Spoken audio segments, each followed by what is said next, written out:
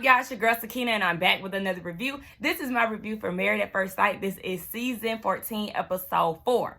We're getting into the honeymoons, y'all. Y'all know this is when the real drama starts to pop off between the groups and the couples, and I'm just ready for all of it, okay? But nonetheless, let's go ahead and get right into it because I feel like this might be a long review, and I'm working with like an hour and 45 minutes. I know it's not going to be that long, but you know, sometimes I might stumble and things like that. Nonetheless, let's go ahead and get into this review.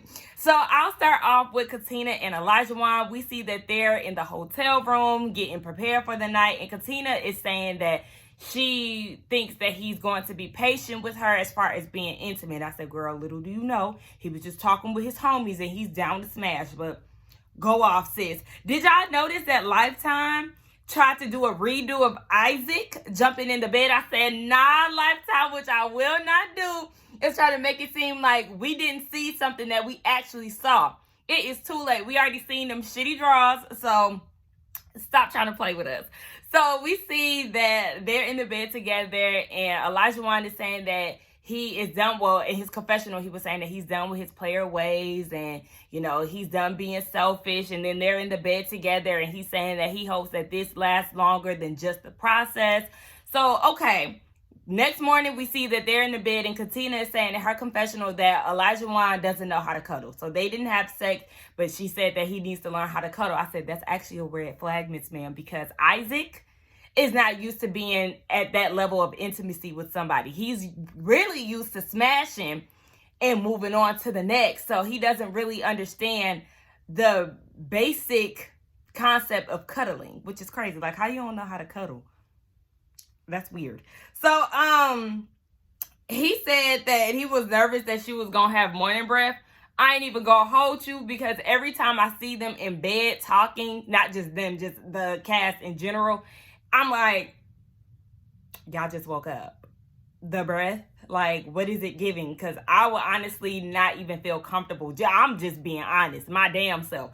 I would not be comfortable talking face to face with somebody early in the morning, and I just woke up like, hold on, let me look up. I'm gonna be talking in this direction. I don't want to be talking to you like this. I'm gonna be talking that way because I don't know what my breath is capable of in the morning, and I just don't want to risk it. But my thing is to Elijah, she should be concerned as well, because with them shitty draws, we already questioning your hygiene, sir. So I would be nervous for you as well. Nonetheless, Katina said that Katina wants to know what he meant by him saying that he didn't treat women good in the past. And he said, I guess you could say I'm a cheater, but not really, because we didn't give any titles.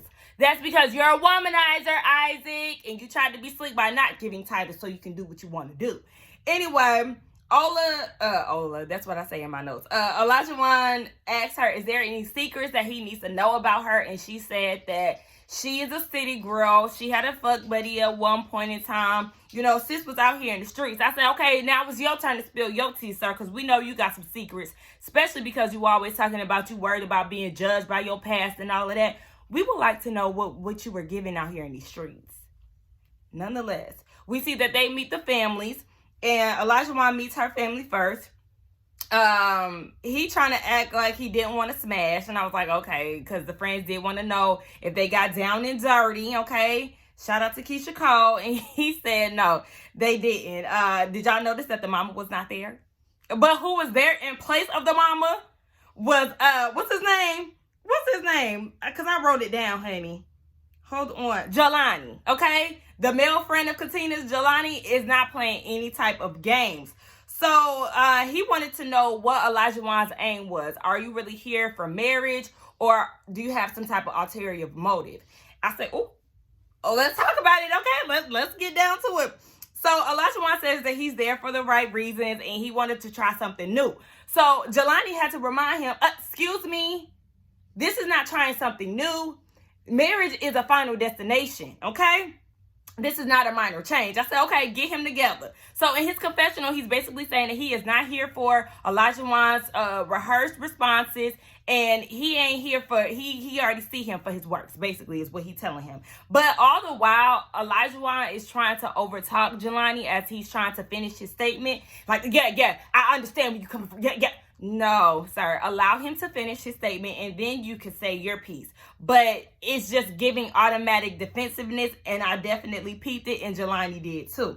He ain't seeing it for them bullshit answers. So I didn't take the time or feel the need to have to take notes for every couple after they met the friends and what they went over, because they're just reiterating the same thing. But for them, I decided to take notes because Katina said that she does value her friends' relationships, and she said that Jelani does, or I mean their opinions, and Jelani, he does give sound advice because he has a good judge of character. Now, Elijah is stumbling over, I don't think that he has a good, I'm not feeling his judge of character. Like, Cat got your tongue because he didn't clock you. Okay, so yeah, she did say she values her. Look, now stumbling like him. Katina did say that she values her friends' opinions because, you know, she's within this process and she could be blinded by what's going on in the moment. So I say, yeah, you were very defensive, Elijah, when it came down to Jelani giving his opinions on you. I think you should just be more open to showing and proving them wrong. But whatever, Isaac. Anyway, we see that Katina meets with Elijah's second mom. I don't know what that means. I mean, I know what that means, but like, where did she come from? Like, they didn't tell us how they were connected or whatever the case. But man was just trying to hurry up and get through the scene. She said, baby, I got to eat and I got to go to work. So let's just make this quick. So I thought it was his mama at first, but I don't know if that, maybe that's his coach's wife. Because she was saying like, I'm his cheerleader or something. I don't know. I could just be making assumptions, but Katina does bring up his player ways, and his second mom did say that she feels like he's ready to commit. I feel like all of them are going to say that just because, you know, that's their role. But the mom gives her with a corny t-shirt that says, "You make me smile," as a way of giving Elijah away to Katina. I said, this shirt ugly and corny, but I ain't gotta wear it, so that's none of my business. Nonetheless, let's go over to MTS and Mrs. MTS.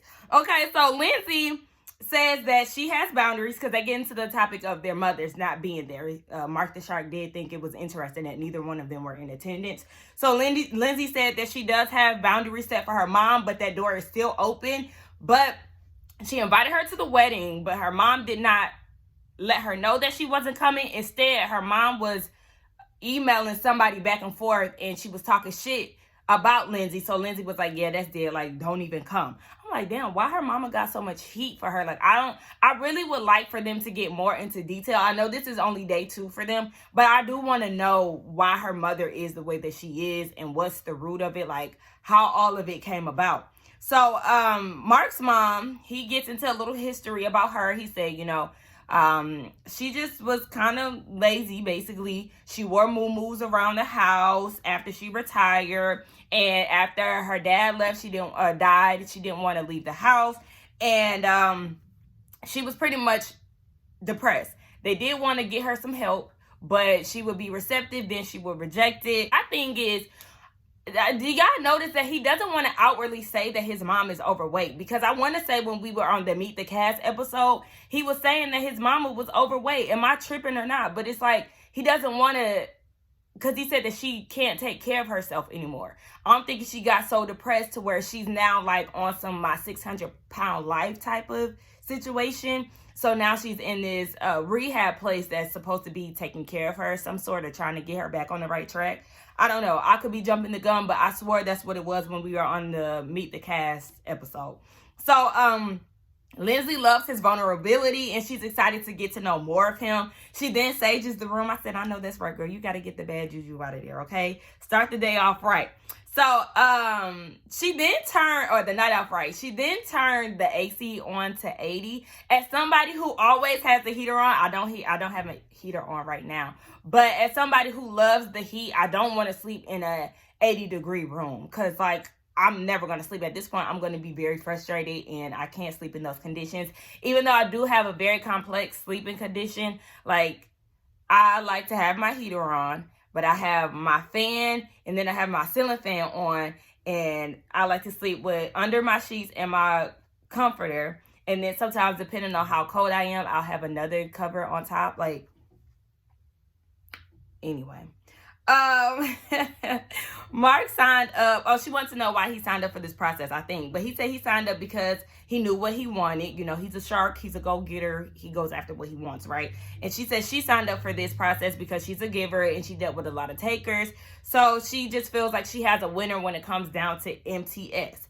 They meet the friends because we know that Mark doesn't have much family.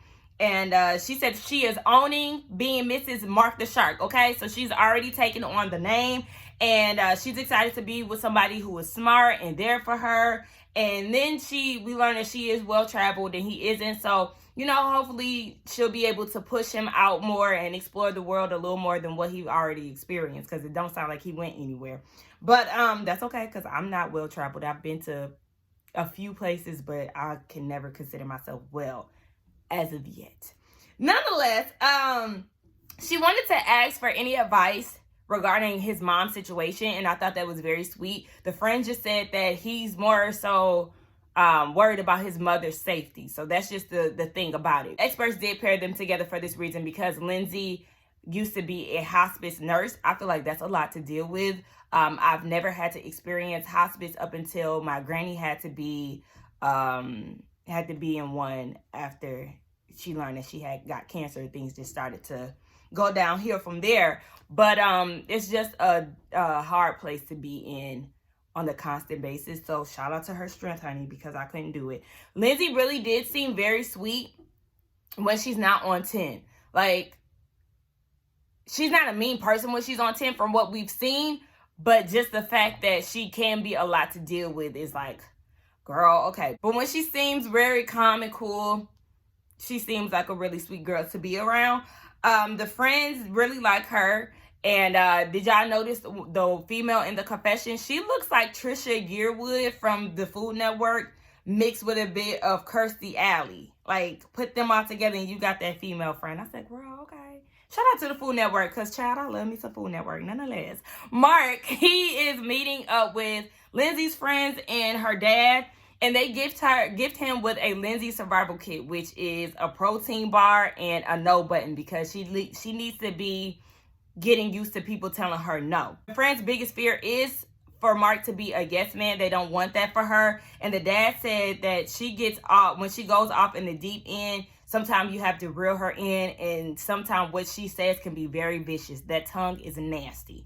Mind you, you know, the dad is always like, bro, you got to be patient. She's a lot to deal with. That mouth is terrible. Like, the dad is always giving some type of warning, either in his confessional or to Mark the Shark. And I'm like, okay, child, we're going to have to watch out for that mouth and see what she gives. Moving on to Mike and Jasmina. Mike is seeing signs that Jasmina could be the one. And he knows that they have some ways to go, but, you know, he's liking what he's getting so far. He did express to her that her stepdad did say, don't be a pushover, but also don't be a bully to her because then you're going to have to deal with me. I said, okay, Daddy, I understand. We seen that last week. She did say that he was saying that because she dated a guy that didn't want to argue with her. I said, Jasmina, let me find out you're the drama, okay? They have a good convo the next morning and nothing happened, so no smashing was involved. They're meeting the family, and Jasmina is meeting with Michael's lovely sisters. She's meeting with two of them, and the sisters want to know if they got it in.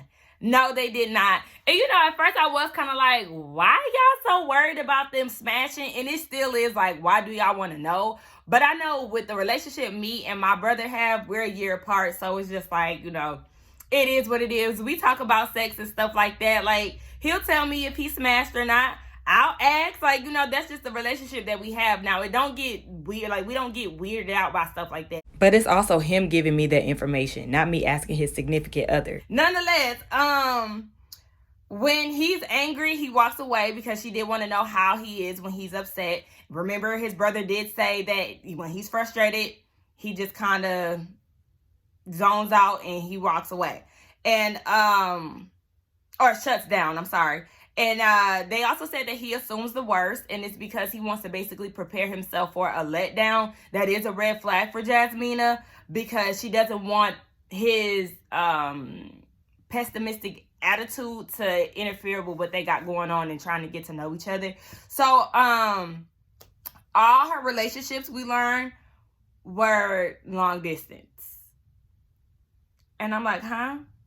So she's never dealt with a guy that's in the same state as her. And I'm concerned because where are you meeting all these men at? Because you a school teacher, so you don't really have to, look, and this is what I was telling my mom. I said, she a school teacher, like a pre-K or something like that. So it's not like she got to travel for work. And my mom said she meeting all them dudes on vacation in the summertime when she ain't got work to do. I said, Mom, you might be right about that. But I'm also feeling like this is where the emotional unavailability came from. Because remember, she said that is something that she deals with all her relationships. Sis, if you in Massachusetts and he down in Georgia, he's not going to be that emotionally available for you. Okay? Because I don't know how much time you're spending with these guys, like, you know, physically, but that will be a reason. I'm sure that's a reason why they weren't as available to you as you would have wanted them to be. But nonetheless, she said that she's all in and she's here for the longevity. We see Mike is talking to her sisters and her mom. And her mom is feeling more comfortable with the process, but she still is cautious because of the experience that Jasmina has with divorce. He said that he doesn't really have that much experience with marriage, but he was raised up with his grandmother, his mother, his aunties, and his 5 sisters. So though they didn't teach him how to be a husband, they taught him how to treat a woman and how to be a provider. So the mama likes this, but she also is kind of nervous because she doesn't want him to have this particular expectation on marriage. The mama is also nervous for Jasmina's safety. She doesn't really know Michael. She's getting his representative right now, and he is ultimately a stranger. So she's just looking out for the best interest of her daughter, which is perfectly fine because, you know, he is a stranger at the end of the day. We ain't gonna act like he not. So moving on to Noy and Steve. She's nervous to take her makeup off and she just wants him to still like her the same. And I was like, oh, it's okay, girl. He like what he see, girl. He want to cuddle with you. Like, it is what it is. So Steve, like I said, he is down to smash, but he ain't going to apply the pressure. We see the next morning they didn't have sex, but they are feeling very comfortable with each other. I was wondering, what was that on that plate, okay? Did they give y'all a granola bar to eat? It was like a granola bar and some type of circular something. I said, what is this? Okay, nonetheless, it looked like one of them bars that that Lindsay's friends gave to Mark. But nonetheless, so Noy is meeting up with Steve's family and she loves the dynamic between the two families coming together. The dad loved the garbs that they were wearing. You know, she's very into her culture and she loved the fact that Steve was very excited to be a part of it and wear the cloth that was going across his tux. She was so emotional about it and she just started crying. And I really thought that Steve's mama was going to start crying because she's the warrior and she gets very emotional. I said, they really going to get along, little do you know, because they act the same. But yes, the family is really into her. Now, the dad wants to know how she feels about Steve not having no job. And she was concerned, but hopeful that he'll get his stuff together and he'll come up with some type of plan. The dad is concerned about what if it doesn't work out. But Noy said that they're in such a good place right now. She can't even imagine that. I said, look, Miss Hopeless Romantic, I want the best for y'all. I'm definitely rooting for Noy and Steve. But, girl, you got to take them rose-colored glasses off for right now because you just really have to see how it goes. This is only day 2. Like, just pump your brakes a little bit. But I am optimistic for the two of y'all. Nonetheless, we see Steve. And he meets Sriracha, who is Noy's brother, Mike, the one who was asking if they was going to get it in the night before. Yes. So he has an alter ego, very Sasha Fierce-esque. And he looked real good, okay? I said, come on, Sriracha, she cute. But I just want her to get a new wig. That was the thing that was really bothering me the most. But they asked about him traveling. And he said that the traveling was not to find himself, but more so to reconnect with himself and get himself prepared for whatever he's getting ready to get into, his next step. As far as his freelance work, he said that that's just more fitting for the situation right now throughout this process. And I did say that. I want to say I said that in the last episode. Just like the freelancing could give him more of an opportunity to get to know Noy and not have work as just like one of the main factors taking up a lot of time in them trying to get to know each other. But, you know, like I said, I'm here for Steve regardless of whatever. I do have faith in my man, okay, that he is going to get some type of plan together. He's going to get him a job. Now, speaking of kids, they want to bring up kids, and he does want to have kids, but he doesn't want to rush. Now, the brother is like, how you going to have kids when you ain't got no job, Tommy? I said, okay, let's talk about it, Mike. I mean, you got to bring it up. You got to talk about finances and kids, because it's expensive to have kids. So we do need to talk about it. Noy's mom was like, I want grandkids. So basically, baby boy, you're going to have to get you a job because we ain't playing them type of games. I guess they told you. Nonetheless, let's move. You know what? Somebody in the comments said that they think it's funny when I say nonetheless. I don't know where that came from, but I just always say it in all my videos. That's kind of like, you know, a transitional word that I use. So, nonetheless, let's get into Alyssa and Chris, okay? So, Chris is confused because he doesn't know what is going on. Like, he thought everything was all good up until they got down to that hotel lobby and she was doing all of that. Oh, well, there's just some things that you said that doesn't sit well with me. And he's still trying to figure out what went wrong, like what was said. So, she didn't want to talk about what he did. And Chris is like, okay, well, do you want to talk about it off camera? Here go Alyssa.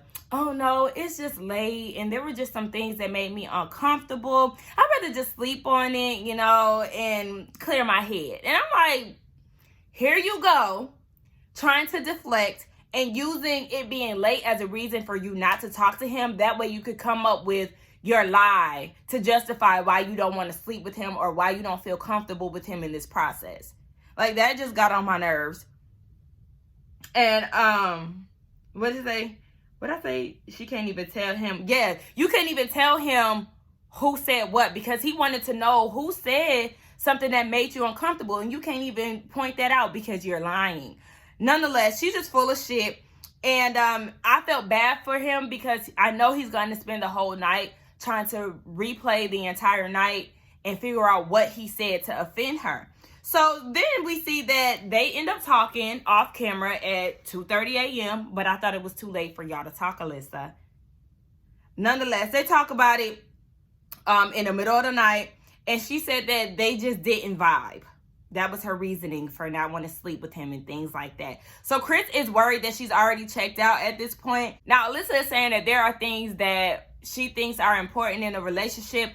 And Lifetime does a good Bravo flashback to her saying that attractiveness and nice teeth are really the main things that she's really concerned about. Nothing in regards to his core values or anything like that, just based off of his physical appearance.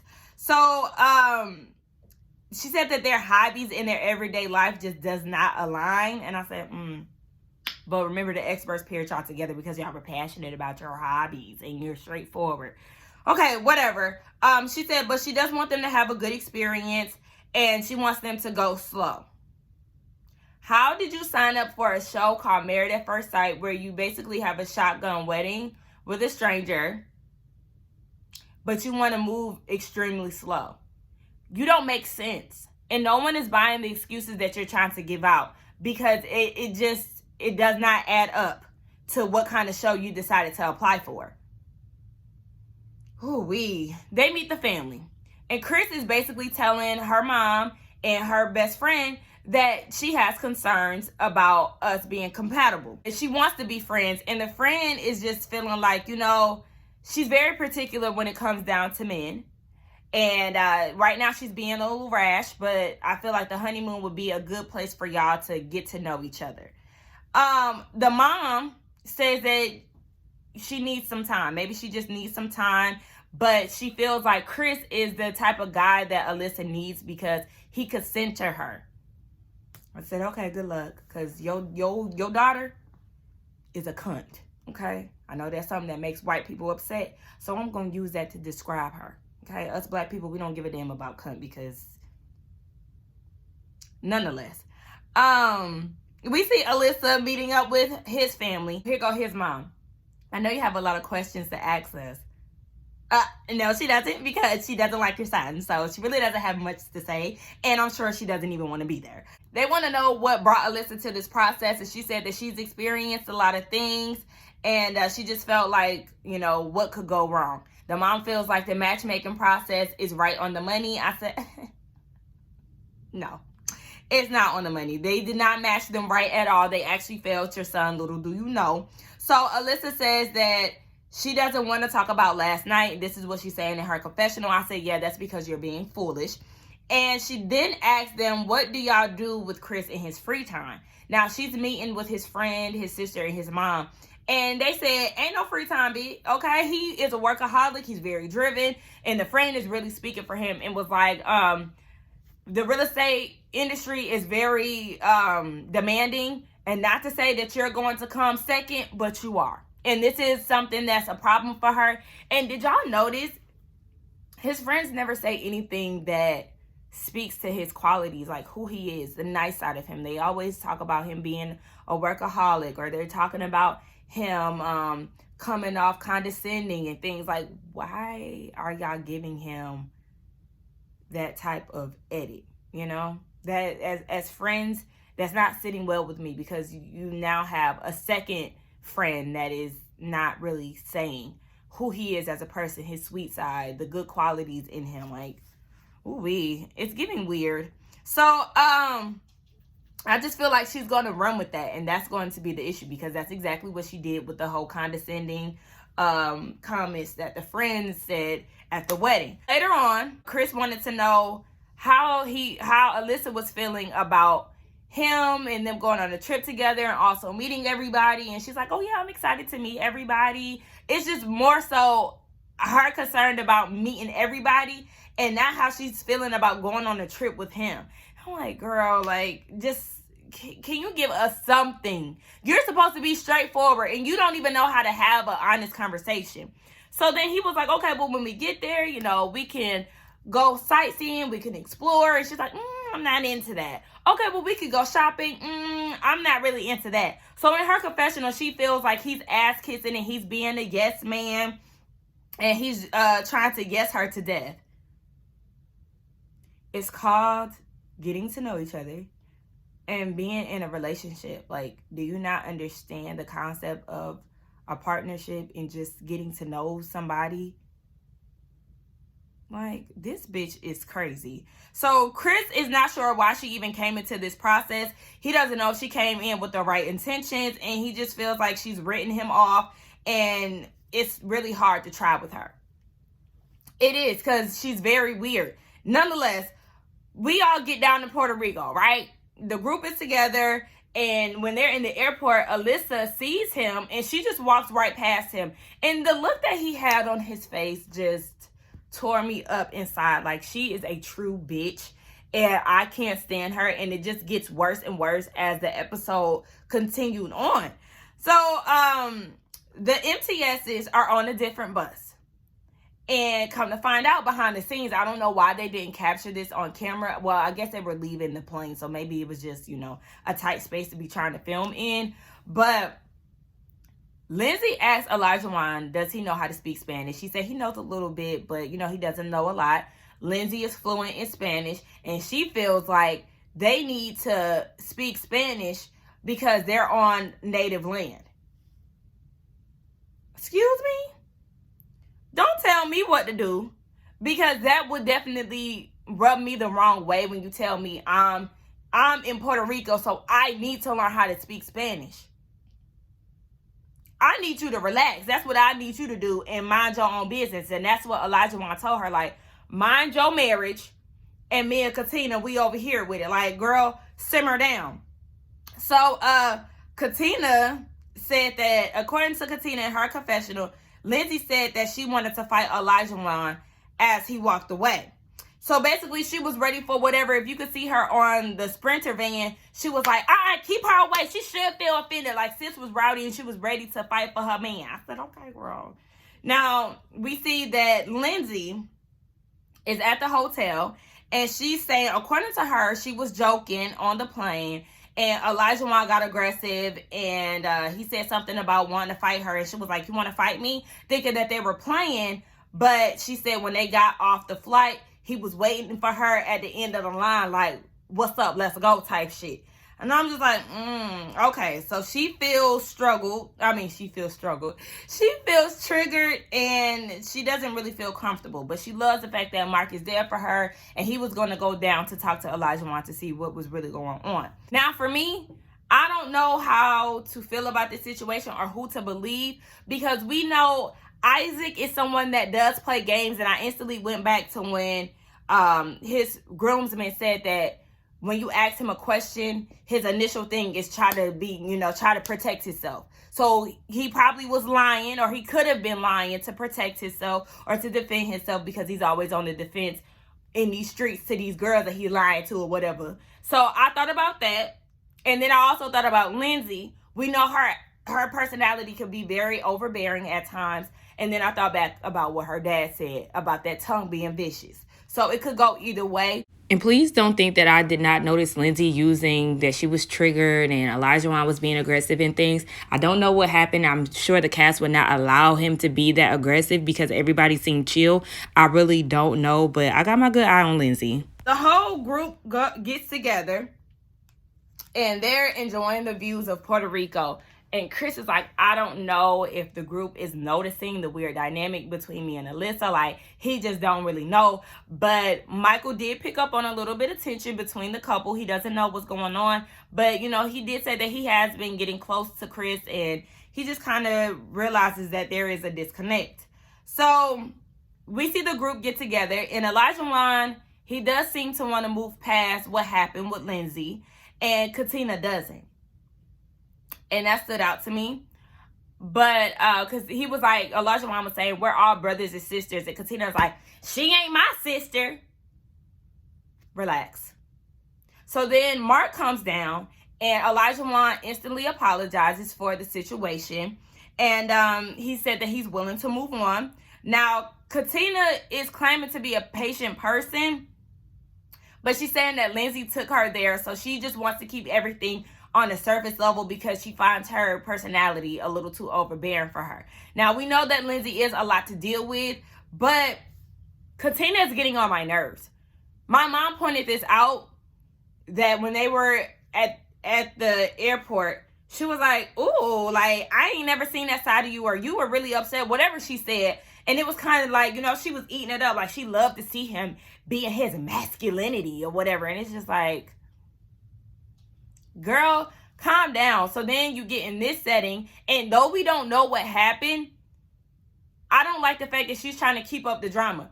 It seems like the people who were really involved in this situation was Lindsay and Elijah. And if Elijah is willing to move past it, then I feel like Katina should be too. Like, girl, you're giving me you're here for the drama, and I don't like that. Like, it's just something about her that is really starting to rub me wrong, really dealing with this whole situation. Like, you need to calm down. If he wants to move on, you should too. Why do you want tension to be in the group? And it looked like she's still going to be on that same bullshit next week. So moving on to Noy and Steve. There really wasn't much to talk about when they went to their room. Just outside the fact that Noy is not as adventurous as Steve is. And you would think with her being a hopeless romantic and going overseas to meet different men and things like that, that she would be a little more adventurous. Like, I don't know. That's just what I would think. But she don't want to stand on the edge of the balcony. She don't want to go jet skiing. She don't want to go parasailing. Like, girl, maybe you need to throw on that wig and let Noisy pop out. Like, girl, just shed that fear. Let it go, okay? Live a little. Mike and Jasmina, we see that they're in the room and they're discussing the group dynamic. And Michael was like, of course there would be conflict with us all meeting each other. But he liked the fact that it could be resolved. Now, Jasmina disagrees, and she's like, just because we just met each other doesn't mean that there's going to be conflict.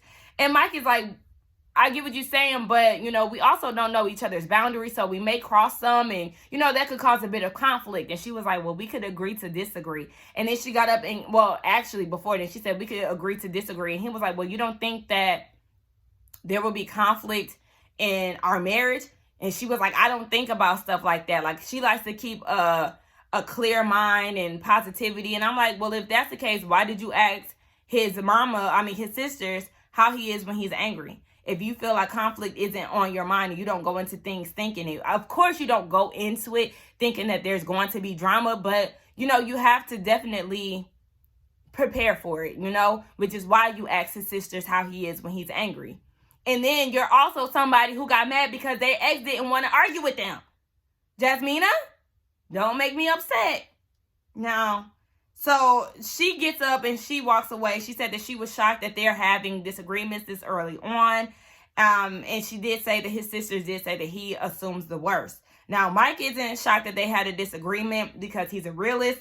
And he said that he did ask the experts for someone to challenge him. But now it's up to him to assess if this is something that he wants to deal with. I said, boy, what are you talking about? So you gonna leave her because you had a disagreement, but this is something that you wasn't shocked about? Both of y'all about to get on my nerves. But more than anything, I feel like Jasmina was doing a little too much. Like, it wasn't that serious for you to get all up in arms about. Like, girl, simmer down. So then we move over to Mark and Lindsay. And, he was telling Lindsay that Elijah Wan is willing to move on. He wants to give you a hug. Like, he's willing to move forward. Because even Elijah Wan said to Mark when they were in the group setting, like, I don't even need an apology from her. Like, I just want to move on. And I could appreciate his attitude towards the whole situation, which is why Katina was making me mad. Because it's like, girl, your husband is literally on some, like, light and airy, let's have a good time situation. And you're like, I don't like her attitude. Like, she could get these hands type shit. And it's like, girl, your energy is all wrong. So Lindsay is like all teary-eyed, and she likes the fact that he's very caring for her and everyone around him. And she said that she thinks she in love. I said, Mark the Shark gonna love that. He's ready to pack his bags and move into your apartment right now. Nonetheless, let's move on to Chris and Alyssa. Alyssa just gonna keep making me upset, honey. And I don't know why a Lifetime just insists on keep showing her. Chris is feeling very awkward. He doesn't really know how to maneuver around this situation. And she doesn't want to stay in the room with him because she doesn't know him. Yet again, why did you get on the show to marry a stranger then? You knew exactly what was going to happen when you signed up. Because you can't tell me that you just went into this situation blindly and didn't watch the other seasons. I ain't buying that, bubble lip. And I say bubble lip because she only got Botox in one lip. And then she barely got a top lip. Girl, make that shit make sense. Like, Alyssa really thinks she cute. And to be honest, she's not. She's not. Especially without makeup. Like, girl, get your struggly ass on somewhere. Nonetheless, he's frustrated because she ain't putting in any type of effort. And he feels like she went into this expecting the perfect person. And when she didn't get that, she lost all interest and didn't try to put any type of effort towards the situation. So then she says that she feels gypped and he feels gypped, and it sucks for the both of them. And they've had problems since the time they met. Did y'all? Because now I just feel like you're making stuff up. You in your own head. Y'all didn't have problems. You just started creating them because he wasn't attractive to you. But okay. And then she says they have differences in their core values and beliefs. But you didn't allow him any time to get to know you for who you are because you keep using these excuses as to why you don't want to sleep with him, why you don't want to get close to him. And it's just like, what are you talking about? You never gave him an opportunity. Chris says that she put in no effort and she's lying about it. So now she's using the fact that he used the word liar as an excuse to leave, okay? Now it's another deflection move. Oh, no, I can't talk to anybody who's calling me a liar. Why would you call me a liar? I'm a nice person. Be nice to me. It's not like this came out of nowhere. You asked him, so you think I'm lying? And he said yes. He answered honestly. And all of a sudden, you're playing this victim card. Then she goes and makes it about them sleeping together. Them not sleeping together. And it's like, it's not just that. It's not the fact that you don't want to sleep in the same room with him. It's also the fact that you're using all of these excuses as to why you don't want to get to know him. You're not putting any effort into getting to know him and being open to the process. So that's really the issue. Y'all done spent 2 days together. And just like he said, y'all spent a total of 40 minutes together. And you come up with all these reasons as to why y'all shouldn't be together. Y'all should be friends and all of this. And she's like, what did she say? If it's not one thing, then it's another. When I feel like I'm getting over something, then something else happens. You're making all of this up in your head, and it's so crazy. So now her issue is that he spoke to her friends and family about the concerns that she had about them not being compatible. She feels like it was disrespectful and it was confidential. I said, how was it confidential when you're on TV? But okay. And she said that, you know, she wouldn't do that to him. Girl, you're so full of it. Like, you wouldn't do that to him because you know that you sound dumb and shallow. Like, girl, what? Anyway, I'm like, she's not as straightforward as the friends and family painted her out to be. You're this self-proclaimed straightforward person as well, and you can't even handle being honest and having an honest conversation. Like, she's so childish. So then she goes and says, we're not compatible, and why can't we say that this isn't going to work and just be respectful? So Chris is just like, yeah, you have no interest in trying, and he's just really done. And it's just like, you keep acting as if he's untrustworthy and disrespectful, and it's just so confusing to me. She's a true gaslighter, and I'm so glad that he pointed that out because I said it out loud. And then he said it in his confession. I'm like, thank you. At least you understand what's going on. So let's just move on to Olajuwon and Katina. They start talking about what happened with the MTSs, and Katina is like, I just don't like females who are bullies. And he had to reel her back in like, girl, let's just focus on us. Like, yeah, because at this point, you worried about the wrong things and you want to keep up the drama. So then he said that he wants her to let her walls down, but I'm like, sir, it's only day 2. Like, allow her some time to do so. So she said that she does want to get closer over the time of them being on their honeymoon, and she's scared of being disappointed.